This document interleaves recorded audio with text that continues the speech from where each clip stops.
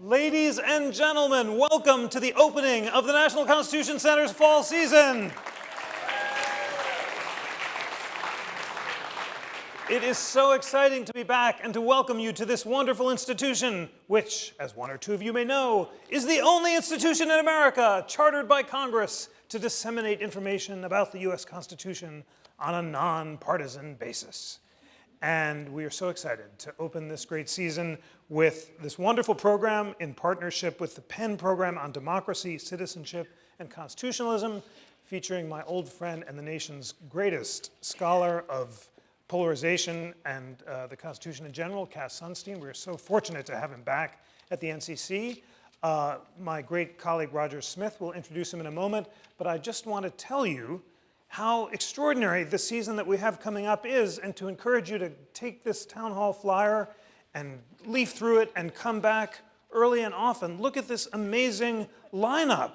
Next week, Constitution Day, with Justice Breyer in attendance, we're launching our new interactive Constitution, where the Federalist Society and the American Constitution Society, the leading liberal and conservative lawyers groups in America, have come together to nominate scholars to write about every clause of the Constitution, what they agree about and what they disagree about. And the College Board, whose president will be here as well, has decided to make this the centerpiece of the new AP History and Government exams. It is an amazing achievement, and we want to share it with you and the 2,000 school kids who will be here next week.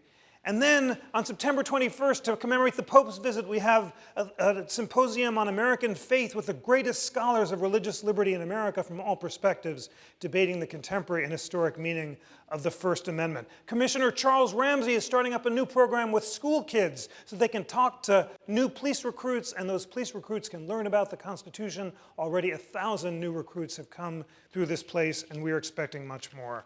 And then authors from Anne Marie Slaughter to John Meacham, a great program on school choice, federal judges from around the country on the legacy of Reconstruction, culminating on Bill of Rights Day on December 15th. And if that's not enough, our traveling town halls around the country, from Chicago to Grand Rapids, Michigan, with debates on the Second Amendment and affirmative action. It is just going to be an amazing time here at the NCC. And I should say, the NCC, although despite our inspiring congressional charter, is a private nonprofit. We depend on the support of loyal and wonderful members like you. Those who are not members, go to the website, join for any level, and then you can be sure to get these flyers and learn about all our programs as they occur and come for free. It is now my tremendous pleasure to introduce my friend and colleague, Roger Smith, who is the director of the Penn program on democracy, citizenship, and constitutionalism, also one of the nation's leading constitutional scholars and historians. He is the Christopher H. Brown Distinguished Professor of Political Science at Penn. He writes about American political thought, modern legal and political theory, and citizenship, race, ethnicity, and gender. He is the author of Civic Ideals, a finalist for the Pulitzer Prize, and has won many awards from the American Political Science Association and other distinguished institutions. Ladies and gentlemen, please join me in welcoming Roger Smith.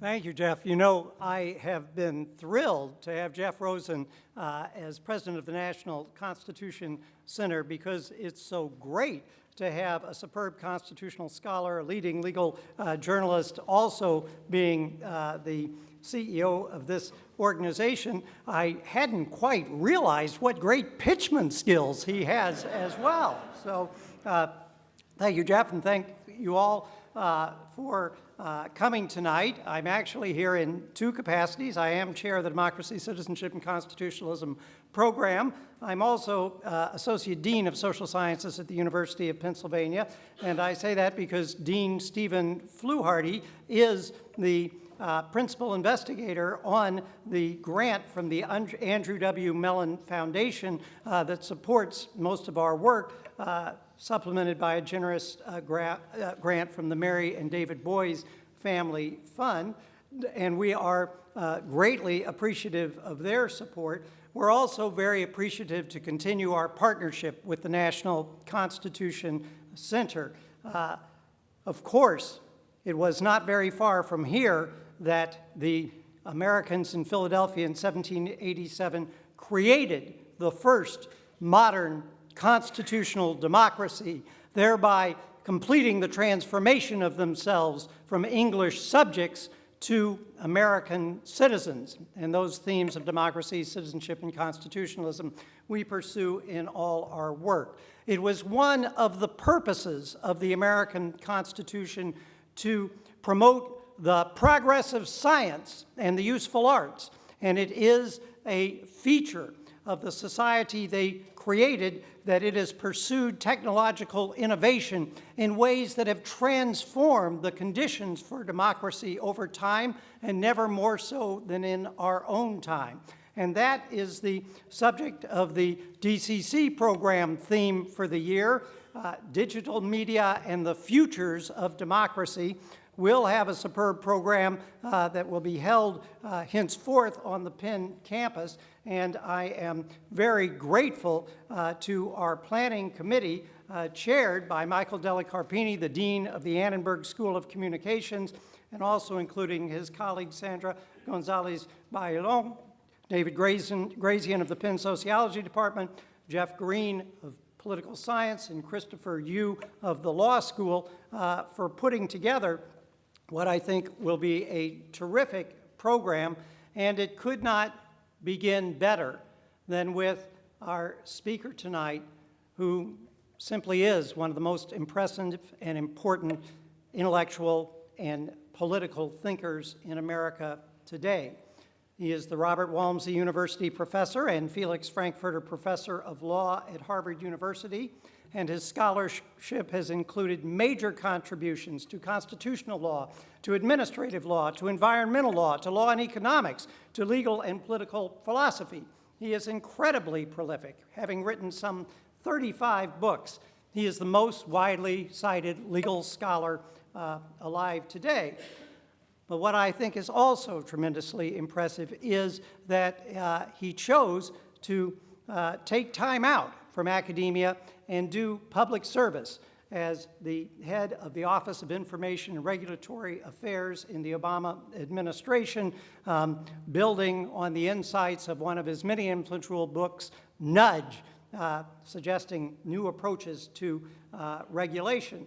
But in addition to all that work, building on his early philosophical and empirical work on preference formations, and he has been writing for years on the way that new digital media, the way that the internet and other new media are influencing the shaping of political opinions.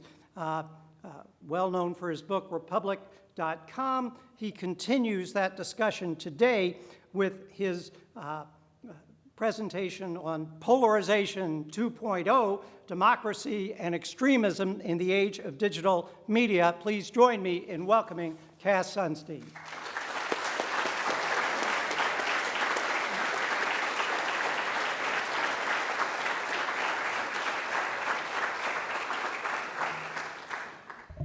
Well, thank you so much, Rogers. So you've had two speakers so far. They didn't go on for very long, but I want to say something about Jeff and Rogers that occurred to me just speaking to them for a brief time just a few minutes ago. They're great people and great leaders, but they also have an office which ranks with that of citizen. Maybe it's a modifier as the highest office in the land, and that's they are great patriots.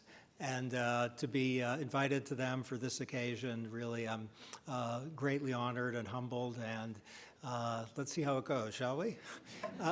In terms of polarization, as Rogers referred to my time in government, something flashed before my eyes which wasn't like a death threat or anything like that. It was my interactions with senators who thought that in choosing me to head the Office of Information and Regulatory Affairs, President Obama had made a very, very bad mistake. And there were, I think I got, who's counting, upwards of 30 negative votes. One of my most concerned critics was Senator Saxby Chambliss, who was very worried about some of my writings. And Senator Chambliss became, in part because he expressed that concern, and I met with him, he became one of my very favorite senators. Senator Chambliss, a great senator, a great human being, who was concerned only with one thing, that is the well-being of the American people as he understands it. And during some of the processes of not very long ago, when the filibuster was constrained by the Democrats in the Senate, one of the things Senator Chambliss said to me, I was very touched by, he said, look, because we had the filibuster, you and I got to know each other. So that made a big difference for both of us. And I'm not taking a stand at all on filibuster reform, but I want to say that Senator Chambliss was on to something very important, which is that the fact that he was so concerned for reasons that were honorable with this particular appointment by the president got a dialogue going across lines that actually had, I think, a very beneficial impact on the American people. Okay, that's a little story. You see the title, Democracy, Extremism, and Social Media? That is the title. And I wish I had one or two claims for you. I actually have 5. So let's see if we can keep them in mind. The first is that extremism is not a product of mental illness or character or poverty. It's largely a product of social influences and social networks. So James Carville famously said, with respect to elections, it's the economy, stupid. It's the social influences. We don't have an adjective after that. It's the social influences, exclamation point. Of course, poverty, mental illness, and character can play a role, but the spotlight should be placed on social influences and networks. The second claim is using a term from a terrific political scientist, Russell Hardin, who teaches in NYU. A crippled epistemology is a good description of the situation of unjustified extremists, where crippled epistemology means very simply, it's what they know that matters, and what they know isn't so much. The third point is that our beliefs are often a product of the exchange of information. So the fact that there was a human being named George Washington, Jeff may have firsthand knowledge of that. I personally don't. I accept it on the basis of informational influences that I trust. And social media can provide informational influences. If you think a bit about what your beliefs are, the full universe of your beliefs, a startling percentage of them depend not on personal or firsthand information, but instead on what we believe from those who we trust. Claim number 4 is, apart from information, reputational influences matter. That is, we want people we care about to think that we are competent and likable, mostly, unless we're really disagreeable types. And that means that what we say and do will often be an artifact, at least in part, of our desire to seem competent and likable. That's just a fact of the human species. That's okay. It can, on the social media, turn out to be very important. With respect to the problem of unjustified extremism, free speech can be and often is a cure. Justice Brandeis famously said that more speech rather than enforced silence is the proper remedy for falsehoods.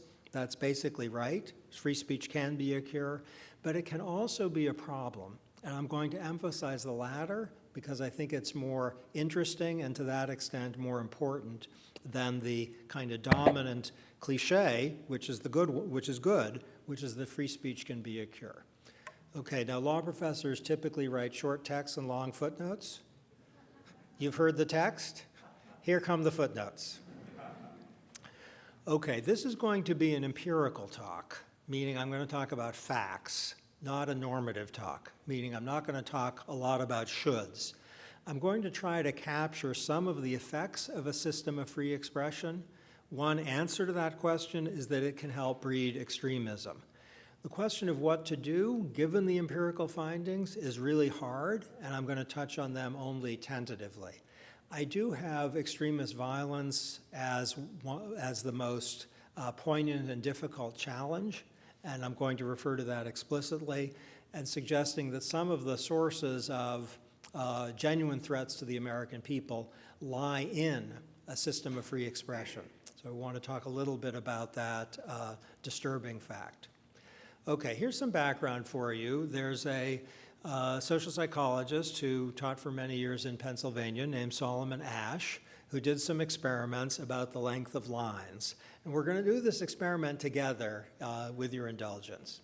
Okay, here's 2 lines on the left.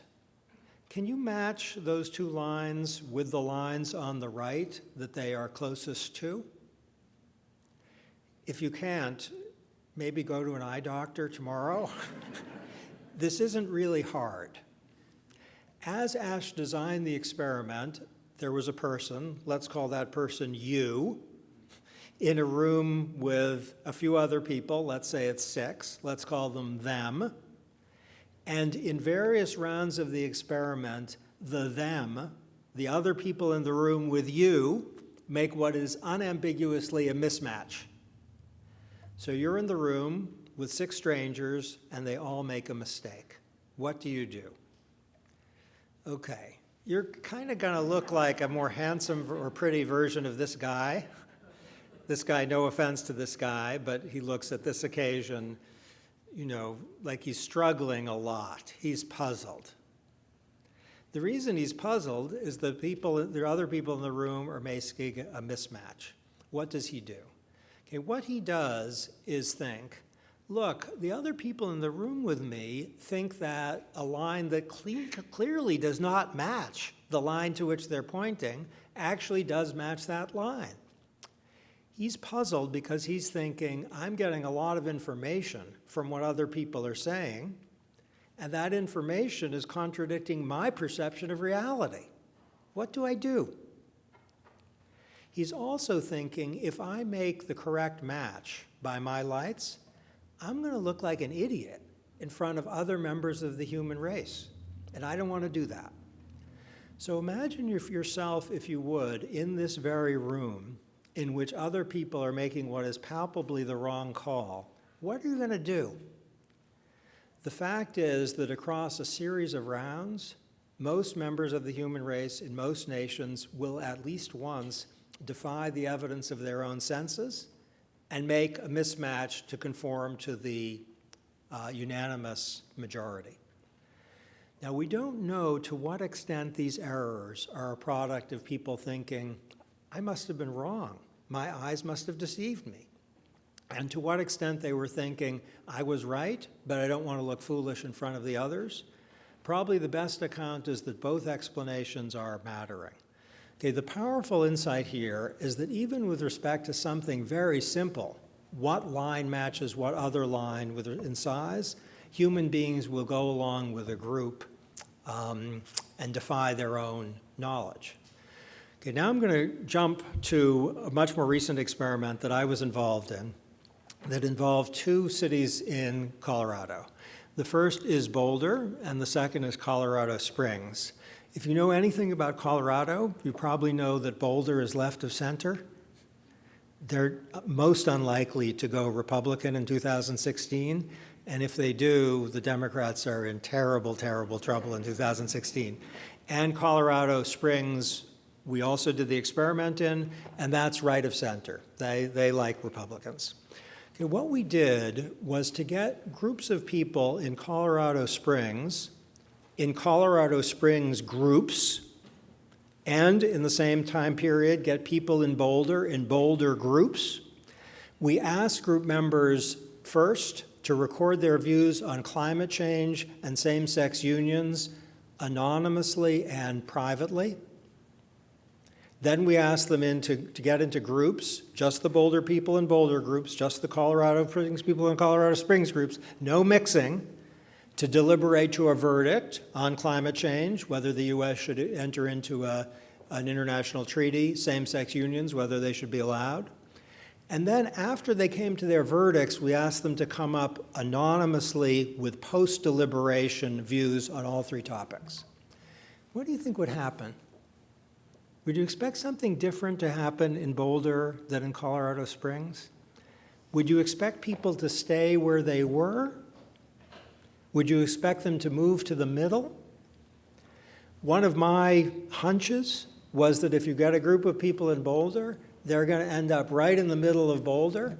And if you get people in Colorado Springs, after they talk to each other, they're all going to go to the middle of Colorado Springs. That's not what happened. They got more unified and more extreme. Once people in Boulder, there is no Boulder Springs so far as I'm aware. No offense to any of you if you're actually from Boulder Springs. The people in Boulder got very unified and very extreme on climate change and same-sex unions. The people in Colorado Springs got very unified and very extreme. Whereas there were people in Boulder who were not so sure about climate change. After they talked to one another, they were sure about climate change. There were people in Colorado Springs who thought maybe same-sex unions are fine. After they talked to one another, they thought same-sex unions really are not fine. As a result, we got, just as a matter, and think if you would about the kind of extraordinary nature of this finding, just after a short period of deliberation, about half an hour, the people in Colorado Springs and the people in Boulder were occupying different political worlds. Before they talked with one another, they really weren't. The people in Colorado Springs were to the right of the people in Boulder, but there was much more overlap. Does this happen on the internet today? Yes, every day. The equivalent of our Boulder and Colorado Springs experiment is occurring every day as like-minded people end up more extreme because they're communicating mostly with people with whom they already agree. Okay, what about risk-taking? Here's a very old experiment. It was done in Boston. Groups of people were gotten together to answer questions about under what circumstances would you take a risk? Would you start a company? Would you gamble if you had a health issue? Take a plane to Europe or something. What happened was, as a result of discussions with one another, the Americans all became more risk-inclined. That is, after discussions with one another, the Americans were more risk-inclined than they were before they talked. So at least among Bostonians, and there's no reason to think this wouldn't generalize, there was evidence of a systematic risky shift. Now, if this seems a little abstract, think maybe of a group of teenagers deciding whether to do something a little bit dangerous. It wouldn't be amazing, would it, if the group of teenagers ends up, after the exercise of free speech, being more inclined to take risks than they were as individuals before they spoke. So because this finding kind of mapped onto an expectation, people talked in social science of a supposedly universal phenomenon called the risky shift. That's what deliberation did. But then there was a confound. Exactly the same thing was done among citizens of Taiwan, and it went the other way. Systematically, the people of Taiwan were more cautious as a result of group interaction than they were before they started to talk. That's a puzzle, isn't it? It suggests that the risky shift may be just an American phenomenon, which might suggest there are people in America maybe who would be more cautious after they talk to one another, more like the Taiwanese participants. Does it suggest there's something in the Taiwanese culture that suggests not greater extremism, but greater caution as a result of group interactions? Do we need a cultural explanation? Does that suggest that people in one of the American states maybe will show something like what the Taiwanese do? It turns out that these plausible explanations are false. It has nothing to do with culture. The difference between the people in Taiwan and the people in the United States, if you look at the numbers, they're just staring at you, is very simple. Among the Americans, the average person, before they started to talk, was risk-inclined. Then they got more risk-inclined as they talked with one another. Among the Taiwanese, the average person was risk-averse. As they talked to one another, they got more risk-averse, which is to suggest that the group's movement is going to be predicted by where they tend to be before they started to talk. If you got a group of Americans, let's say, who are kind of nervous at the age of 22 about getting married, and ask them whether they should get married under circumstances X, Y, and Z, that group is going to end up more nervous about getting married after they talk to one another. And the reason is that the pre-deliberation tendency is toward nervousness about getting married. To say, put culture to one side, the prediction is that groups will become more extreme in line with their pre-deliberation tendency, and that explains what happened in Taiwan, that explains what happened in the United States, and that explains what happened in Boulder, and that explains what happened in Colorado Springs. You with me? That's the data in all of these experiments. Okay, what explains group polarization? Why does it occur? Okay, there seem to be three things that matter.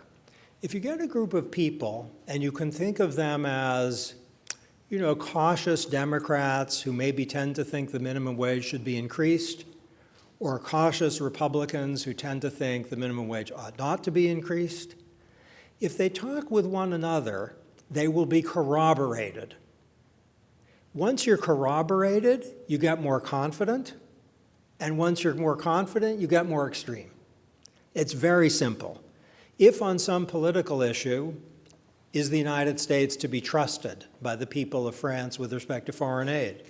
People in France might be, I'm not sure, maybe not. But once they talk to other French people who think the United States really probably shouldn't be trusted, they will find their initial inclinations corroborated, and that will breed greater extremism. That's the first explanation. The second is a little more subtle, and I think the coolest of the three. Coolest is the technical social science term. Okay, imagine you have a group of people who think that climate change is something to worry over. Imagine that they're exchanging views within the group. Just as a matter of numbers, the arguments that support the view that climate change is something to worry over will be more numerous than the number of arguments the other way, because that's the group's initial inclination. So people will hear more of those arguments than they will the other way. I actually saw the tapes of some of the Boulder and Colorado Springs discussions, and it's precisely what you could see. In Colorado Springs, there were people who thought climate change was something to worry about, but they were more rare than the people who thought it really wasn't. And then once people are hearing one another, the argument in favor of not worrying about climate change seemed to carry the day. Then they say, oh, it's not something to worry about. The earth is sometimes hot and sometimes cold. This isn't something that we should be expending a lot of resources to prevent. Third explanation has to do with reputation. If you're in a group of people, online or not, in which you have some sort of affiliation, to seem like an outlier in the group isn't a lot of fun. You don't want to seem like you are someone who thinks that the group's tendency is bad.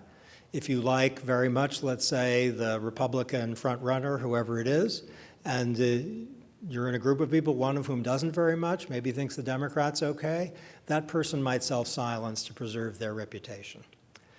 Okay, now jumping to law. Think about jury behavior in the context, if you would, of punitive damages. Punitive damages are awarded in the case of egregious wrongdoing.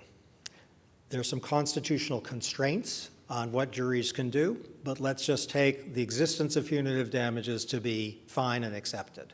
Suppose you have a company, I'll give one that I actually tested that most people don't think is horrible corporate misconduct, though I do. A company markets a baldness cure, it turns out not to work. I think huge punitive damages, most people think that's not much. Suppose a company makes an exercise machine that people end up falling off of and hurting themselves very badly. People think that's not good. They want to punish that company. An exercise machine that gets you hurt, that company shouldn't be marketing that, so we need to send a strong signal. Okay, I was involved in an empirical project with many, many juries, large numbers of juries, hundreds and hundreds of juries. And here's the systematic tendency. If the jury tends to think that the person should be punished severely, the median person on the jury, the jury comes in more severe than the median individual before they started to talk. We measured this on a scale of 0 to 8. If the median juror is at 5, the jury comes in at 6. If the average person on the jury thinks that the case is a 2, the jury comes in at 1. What's going on? It's group polarization yet again. Juries end up systematically more lenient if the median juror is lenient, systematically more severe if the median juror is severe.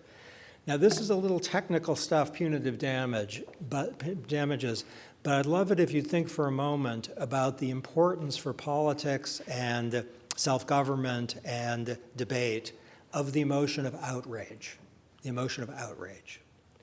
Now, soft versions of outrage can be productive, and in the context of genuinely outrageous situations, strong outrage can also be justified. But I want to draw attention to the mechanism by which the interactions of people who are outraged tend up amplifying where they started. And it can become literally dangerous. This is a little study of jury behavior, not about violence, but outrage could be like a flame, which once it interacts with other flames creates a conflagration. Okay. What about judges? Judges are learned in the law. I was involved in a study that turned out to be lucky because it's very hard to study judicial behavior. You can't experiment with federal judges. If I asked 200 federal judges to assemble for purposes of my experiment, I think they'd say we kind of have a day job. But serendipitously, there's a natural experiment which goes on every week in the United States, which is studyable because federal appellate courts consist of 3-judge panels. Under the Supreme Court, 3-judge panels, and their potential compositions are very simple. It can be 3 Republican appointees, 3 Democratic appointees, 2 Democratic appointees and 1 Republican, 2 Republican appointees and 1 Democrat, and that's it. Can't have any other composition. Now, what that makes discoverable is how will a Republican appointee vote depending on whether he or she is sitting with Republican or Democratic appointees. If you get a Democratic appointee, let's say an Obama appointee, is that person's voting behavior in race discrimination cases going to be different depending on whether they're sitting with Republican and Democratic appointees? This is a way of studying extremism. The prediction might be judges are learned in the law, they are going to vote their judgment of the law, and who they're sitting with will be unimportant. So you could imagine a prediction, which is that, sure, Republican appointees will be somewhat different from Democratic appointees, but the composition of the panel will have no impact. That's a reasonable hypothesis. It's not at all correct. In fact, in many areas of the law, if you want to know how a judge is going to vote, these are controversial areas, not garden variety areas. These are environmental protection, civil rights, free speech, that kind of thing. If you want to know how a judge is going to vote in a hard case, the political party of the appointing president is a pretty good predictor. Not fantastic, the law matters, but it's pretty good. If you want to know how a judge will vote, it's often a better predictor to know the political party of the president who appointed the 2 other judges on the panel. Don't ask whether Obama or Bush appointed Judge A if you want to know how Judge A is going to vote. Ask if you want to know how Judge A is going to vote, did Bush or Obama appoint Judges B and C? That's startling, isn't it? That a judge's behavior is well predicted by the political party of the president who appointed the 2 other judges with whom that judge is sitting. Okay, what that means is that if you get a panel that consists of 3 Democratic appointees, guess how they're going to rule? Pretty liberal. If you get a panel of 3 Republican appointees, guess how they're going to rule? That suggests that through the magic of random assignment of judges, we are replicating on the federal courts our Colorado experiment. Not as extreme. Judges follow the law. But there's a tendency. RRR panels look a lot different from DDD panels. It's group polarization in action. Okay, if we are talking about terrorists, people who believe false conspiracy theories, the right diagnosis, I hope I'm vindicating my first claim, has everything to do with social networks and social influences, not with poverty and education. If you look at people who are extreme or potentially violent, it's possible that they grew up poor and without a lot of education, but systematically they're not likely to be poorer and less well educated than similarly situated people who never went that route. It's the social network that produced the problem. I'm going to get to the media before terribly long, but let me lay a little background before we get there. Okay, you might think at this point that balanced presentations would help. So the group polarization phenomenon occurs because like-minded people are exchanging positions with like-minded people. You might think if you give a balanced presentation on gay rights or capital punishment, it might be that people will converge. So if you got the Colorado Springs and Boulder people in the same room and gave them balanced presentations on the issue, wouldn't matter where they're from, Boulder or Colorado Springs, they'd come kind of in line, or at least where they ended up would be less well predicted by where they started. That's often true, but here's the challenge. There is evidence that if you get a group of people who think that capital punishment is a great idea, and a group of people who think that capital punishment is a terrible idea, and they read balanced presentations, then the people who thought it was a great idea love it even more than they did before, and the people who thought it was a terrible idea think it's even more terrible than they did before. That is to say, under certain circumstances, and I'll try to specify them, exposure to balanced presentations actually increases polarization. What seems to be happening here is two things, and I hope they'll be familiar, given what we've said so far, is that people assimilate information in a biased way. That is, if you read something that says capital punishment is good, it deters crime, the people who are subject to it are true wrongdoers of the most egregious sort, and if you read something saying the capital punishment doesn't deter, it's cruel and inhumane, if you start out thinking it's cruel and inhumane, then the first set of claims will just seem like background noise, and the claims that support what you think will seem extremely convincing and show you that what you thought was right. That's biased assimilation. The other phenomenon is called motivated reasoning, and I think this is extremely important, and we observe it all the time. Well, I have a little boy who is 6 years old. He started first grade today. He's a very good baseball player. We sometimes have games. I hit, he hits. I'm a little stronger than he is. He's only 6, so I kind of have the upper hand. But if there's a hard call, like was he safe at first base, if he's trying to win, he's going to call it he was safe at first base. Not because he's a cheater. He's a good boy. But because he has motivated reasoning, as we all do. It's part of the human species. If you have a team, whether it's a sports team or a political conviction, or a preferred candidate, or a preferred understanding of the Constitution, arguments that fit with your beliefs will seem convincing. Arguments the other way, you're motivated to dismiss them. That's not about processing information, it's about emotions. And these both help account for the fact that balanced presentations sometimes don't help. Okay, if that's obscure, here's a more recent set of findings, just within the last few years, which suggests that sometimes among people, whatever their political views, corrections can backfire. If you all are convinced of some political fact and you read something suggesting you're quite wrong, there's a good chance you're going to believe it even more intensely than you did before you read the correction.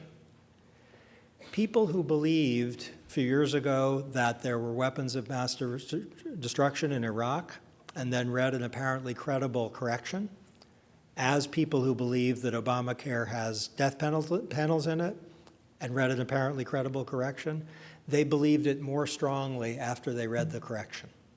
And this happens among people left and right, both. There seem to be two explanations, and they're parallel here. One is really motivated to think that statement is wrong. It's getting your back up. It's hitting at the heart of something you fundamentally believe. That can make your fundamental belief stronger. And you might think to yourself, why would they deny it if it weren't true? The very fact of denial has some informational content. Okay, so there's a connection here evidently with extremism. Group polarization is straightforward. It's all about extremism. Balanced presentations, a little less straightforward, but the simple mechanism is balanced presentations can heighten polarization. Okay, here's something really not good, which is the Islamic State, ISIL, having using social media in order to increase its appeal and range. That's not good. And here's something on Facebook, Islamic State, doing the same thing, saying connect with Islamic State, sign up for Facebook today. That's real, I didn't make that up. So this is stuff which is horrific, yes? And it's an exercise of freedom of speech. Okay, here are the big questions. I think they're very fundamental questions, which probably deserve fresh consideration. In 2015, our free speech principle, hard won, is the clear and present danger test, which means that it has to be, in order to be regulable, directed to incite and likely to incite imminent lawless action. There's a good argument that uses of social media, even if they're connected with violent organizations, can't meet that test. Directed to incite and likely to incite imminent lawless action. That's a very tough test. In the 1950s, the Supreme Court, in a famous or infamous case involving communism, had something more like an expected value test, which means not imminent and likely, but instead, how horrible is it? And if it's not that horrible, if it's really, really horrible, maybe it doesn't have to be that imminent and that likely. So as the intensity of the awfulness increases, the stringency of likelihood and imminence requirements diminishes. Now that latter test, that is not the clear and present danger test, basically a cost-benefit test, is the sort of test that the federal government generally uses for regulation. The fear, which accounts for 2015 law, is that if we use a cost-benefit test for speech, we would have fallible institutions engaging in unjustified and probably motivated censorship. Hence the Brandeis claim, more speech, not enforced silence, is the remedy. The Brandeis claim, I think, in view of what I've said, has a less strong empirical foundation. The idea that more speech is the remedy, that's not always correct. It's not always going to work. But it might be still the right guidance in a free society. That's a legitimate question. Okay, within a system of free speech, there are two kinds of actors who seem helpful in cracking the kind of lockbox that group polarization creates. One is surprising validators, and the other is convert communicators. If you want to convince young people not to use illegal drugs, to have someone wearing something like this and approximately my age saying don't use illegal drugs, that might not be super effective. But if you have someone who was relatively recently a drug abuser saying you better not do this, that's a convert communicator. That can be helpful. If you have a surprising validator, meaning someone who you wouldn't think, given their history and background, would be pushing this position, that can have an impact. All this suggests the immense importance of attending to the source of the communication and not just its content in moving people engaged in a system of re-expression. Often people make a quick intuitive judgment, of course he would say that or she would say that, which are words of dismissal. The beauty of the surprising validator or the convert communicator in the face of unjustified extremism is they can make that, of course he or she would say, that reaction dissolve. Because there's no of course. Okay. You can think of a system of free expression as having two possible forms. I think this is the largest point about the architecture of system of free expression that there is. You can think of a system of free expression as having an architecture of serendipity or an architecture of control. If you read a good daily newspaper, you're going to find a lot of stuff in terms of subject matter and points of view that you never would have chosen. If you go on the internet, maybe you have a large capacity to control what it is you're seeing. The system of control is a real challenge because it makes group polarization more likely. Okay, data. Here's some for you. A very recent study finds 3 phenomena on Twitter. The first phenomenon is that on non-political issues like the Super Bowl and marathon bombing, we don't observe any kind of polarization. People aren't congregating into communications universes of like-minded types. That, I think, is good news. And there's a nice question, what falls in the category of non-political and why? On political issues such as marriage equality and presidential campaign, there's a lot of polarization out there. People are using Twitter to congregate into groups of like-minded types. And there's a third type of issue, let's call them politicizable issues, which don't immediately have a political valence, like a school shooting. Everybody hates that. But they become, among certain Twitter users, politicized in the sense that gun control rapidly becomes the topic, and then they look a lot more like marriage equality and presidential campaigns. In 2011, networks were studied on Twitter right before the congressional midterm elections and found a highly segregated partisan structure with extremely limited connectivity between left and right-leaning users. That's a warning sign because it's an architecture for polarization. What about Facebook? Facebook recently published a pretty complicated study for which Facebook thought it was delivering some good news. Its own algorithm, based on many factors, that's a quote, can remove some news from diverse sources that you are less likely to agree with, but not hard news that you're likely to agree with. Okay, so there's an algorithm that is moving in a bit toward polarization. And this shouldn't be amazing because the algorithm's trying to deliver people things they like. The good news that Facebook delivered is that the algorithm filters out just a very small percentage of hard news stories that either conservatives or liberals see. So there is some filtering out, but it's pretty small.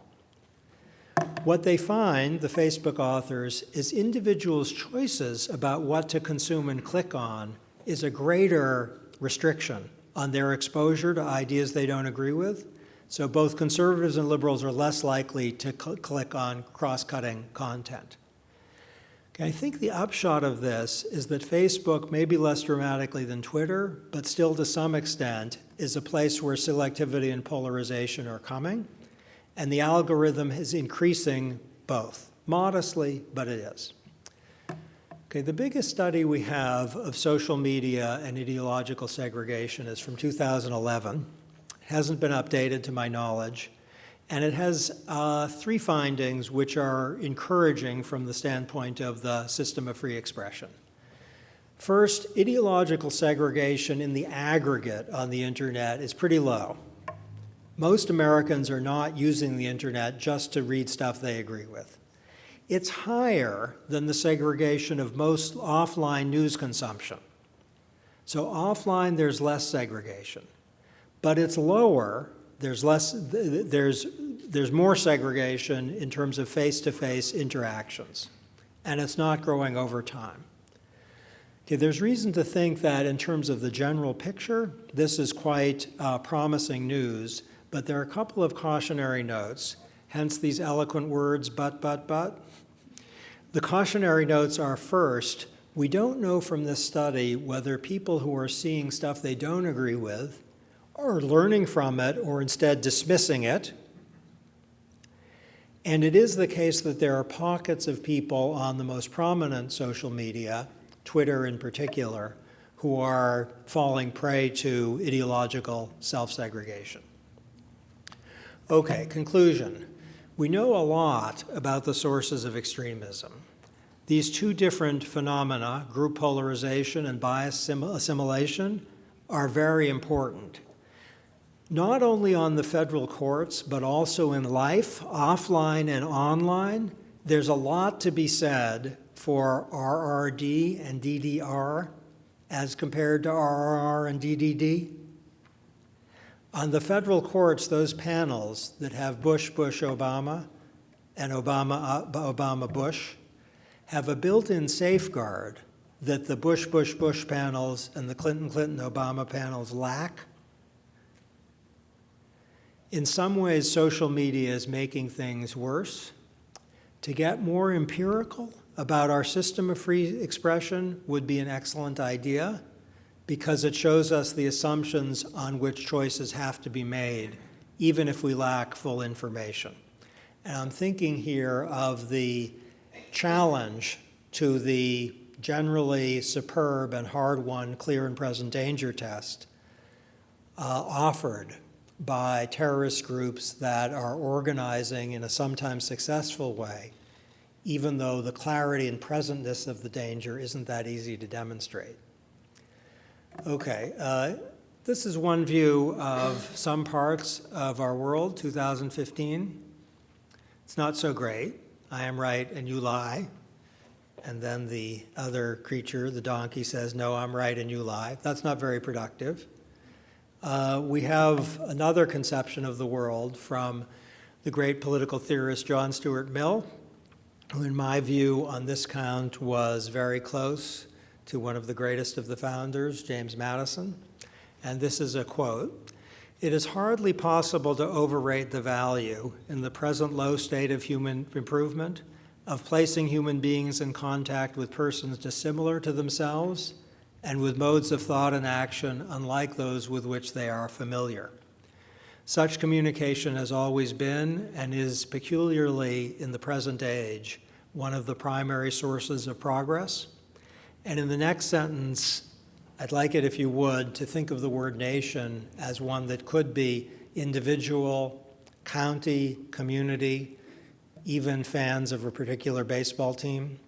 There is no blank, nation, individual, etc., which does not need to borrow from others, not merely particular acts or practices, but essential points of character in which its own type is inferior. Thanks.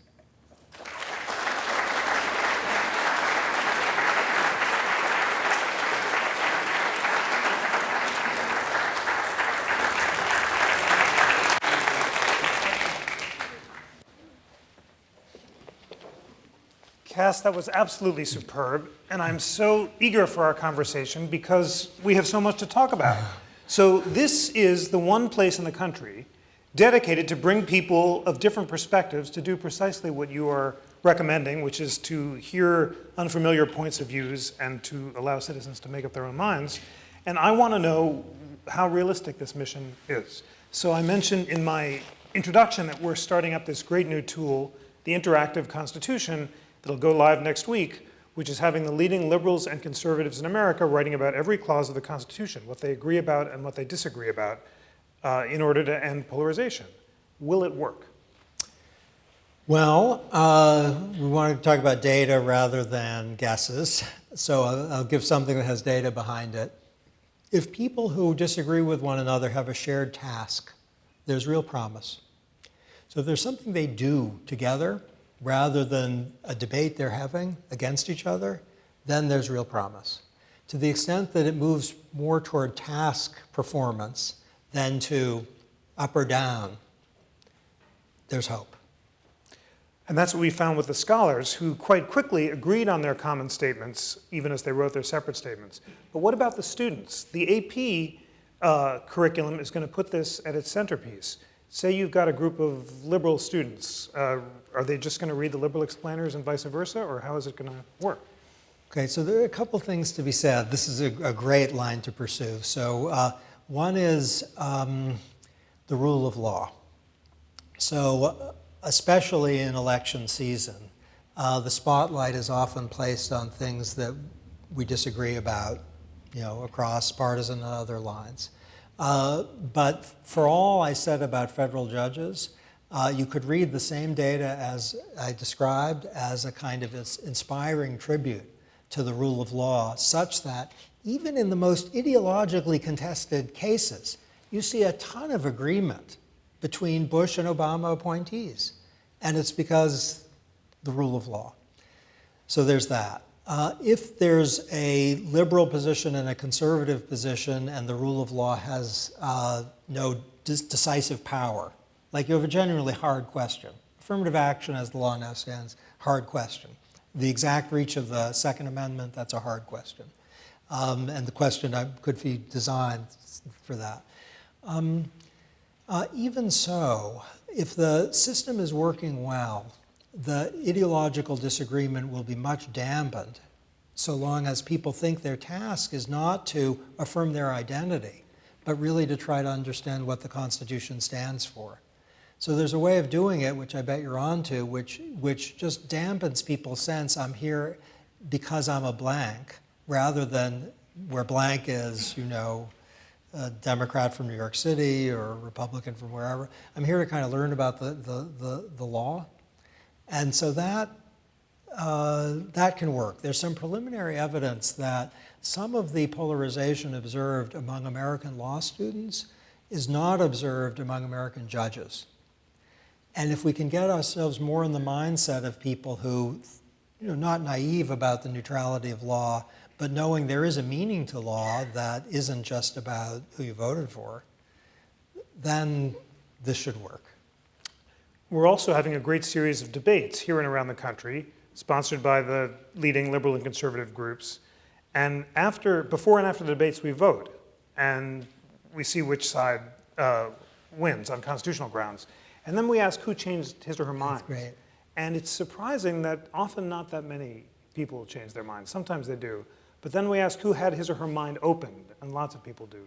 But should we design the questions differently in light of your evidence? I'd be much more excited about how amazingly it's going if you saw more people changing their minds. Because there's something I think inspiring about a situation where you have someone, let's say, who's a lifelong Democrat who thinks Justice Scalia is really not his or her favorite, and then there's a debate and they say Justice Scalia is completely right on that. Does that seem to you inspiring? I think it is, because it's a true, and you can use your preferred example. You can just have a mirror image ideologically. There's something about the integrity displayed by the person and the integrity revealed by the process. Now, how to do that exactly? Well, one analogy is if you prime if there's experiments, I might not get them exactly right, but they roughly have this form. If you have Asian girls taking a math test, if you prime before the test, you all are girls, then they don't do as well as they otherwise would. If you prime them before saying you all are Asians, then they do really well. And so if you prime people's political identity, that can make them feel entrenched. But if you make them think of, we're a group of people who are studying the law, then you might, or we're trying to figure out some issues, then the possibility of significant movement should increase. This makes sense because one of the most moving and dramatic moments we had in the debates was when Alan Dershowitz was arguing that the president did have the power to target and kill American citizens abroad, an unexpected political position, and after he gave the most effective closing argument I've heard, a majority of the audience shifted its views and came around to his side, so that may help. Now I have to ask you about Justice Brandeis. So I'm writing a book about Justice Brandeis and why he matters. It's being published on the 100th anniversary of his confirmation in June. And I'm just now writing the conclusion about what would he make of the internet. So you've given me a sense of this, but I have to dig down a little bit. You're suggesting that his beautiful, well, it was Holmes's clear and present danger test, but as you said, it was Brandeis who advocated counter-speech and said you had to have a direct incitement that was likely to achieve violence. That wouldn't work now because the internet allows people to control rather than to have serendipity? Is that the difference? Yeah, I think Brandeis, to bring him in contact with the internet is extremely interesting. So Brandeis's most distinctive contribution to our theory of freedom of expression was, I think, captured in the notion that the greatest menace is an inert people, And Holmes, with his let's say, romantic conception of politics, who agreed as a great fan of free speech, wouldn't say the greatest menace is an inert people. But that's Brandeis's view. Now, you could think of the social media from Brandeis's standpoint as kind of an extraordinary gift, that it's a lot easier to be I don't know that that's a word, but it's a lot easier to be active and engaged and to learn everything and to be involved than ever before. If you want to participate in some sense in a debate or give $1 or 20 to a candidate, you can do it immediately. You can learn stuff in a heartbeat. So from one standpoint, it's a great triumph for Brandeis's conception of citizenship. The idea which I was taught in law school as kind of the foundation of our system of free expression, the remedy is for falsehoods is more speech, not enforced silence. I think that's much more complicated than it was in Brandeis's time, or at least it's differently complicated, because there are a lot of falsehoods out there for which more speech is not an adequate remedy. And we're not talking now about, people believe that there are lots of people on Mars and which is, I think, not true, but basically innocuous to think. It's that people are ending up thinking things that are actually dangerous. And so the challenge, and I think our foundation stone has to be Brandeis's theory, but it would not be consistent with his own deepest commitments to treat that foundation stone as a kind of rock that we can't touch, rather than a provisional hypothesis that, every generation has to keep thinking about. So Brandeisian solutions. For him, time was very important. He said as long as there's time enough for deliberation, he had faith in reason and triumphing. The internet has speeded up time, and you're also suggesting that because of self-segregation, people are less likely to deliberate. What do we do about that? Well, I think if we have a case where the Colorado experiment is being replicated, not for the average American, but for many millions, the only solution to that is regulation-free, in the sense no censorship, just to try to create architectures, either through school or through things like this institution, or through good forms of political debate that some of our best leaders have tried to instantiate, where the demonization of the other is never, and the acknowledgement of the good faith and occasional correctness of the other is kind of modeled. Now this might be thought weak tea, if you think the replication of the weak tea not meaning it's not delicious to drink, but like a pitiful remedy to plead for education and institutions and political modeling. But anything that's stronger would undo what is basically a legitimate part of the system of free expression, that is people's capacity to self-segregate. And there is a view that self-segregation can have macro benefits, in the sense that you get, in a well-functioning democracy, you get clumps of extremists who then come over to the larger public domain and can tell it something it really needs to know. So there's that. So that one, no remedy. The thing that seems to me a more difficult free speech issue is how to handle violent recruitment. where the clear and present danger test is not met, because even though the internet is speedy, the likelihood that ISIL's particular recruiting strategies are going to produce death imminently, that's not easy to show. The test that you suggested, the expected value, is that the learned hand, Dennis? Yeah. Test, so to disaggregate, this was viewed in its time as an illiberal test because it seemed to allow the suppression of a great amount of speech. Do you really think Facebook should apply it? No. I'm, in terms of what to do exactly, I feel very tentative, and that I don't have a recipe here. But it is worth spelling out, I think, a little bit the issue. So when I was in Washington, with the president's guidance in deciding whether to regulate pollution, we didn't think, does particulate matter, that's not a good pollutant, does it create a likely imminent risk of death? Now, you all have been exposed to particulate matter within the last 24 hours, and you all look really healthy, and there's no imminent risk of death that I can see or that I believe from particulate matter. So if you applied to regulation an imminent risk test, it would be crazy, yes? It's a cost-benefit test. So what is the cost of, unless the law supersedes, the Clean Air Act raises some complexity for this, but bracket that. President Obama's general guidance is think about costs and think about benefits. That's the right test for regulation. Now, how to do it exactly is complicated, but imminent and likely, no. Costs and benefits. And that was the illiberal test that the Supreme Court endorsed in the context of the communist threat in the 50s, where it said if the risk of overthrow of the government or something really horrific is there, then it needn't be likely and imminent. Now, that is not, I think, a self-evidently wrong position. It might in the end be wrong, but it's not obviously wrong.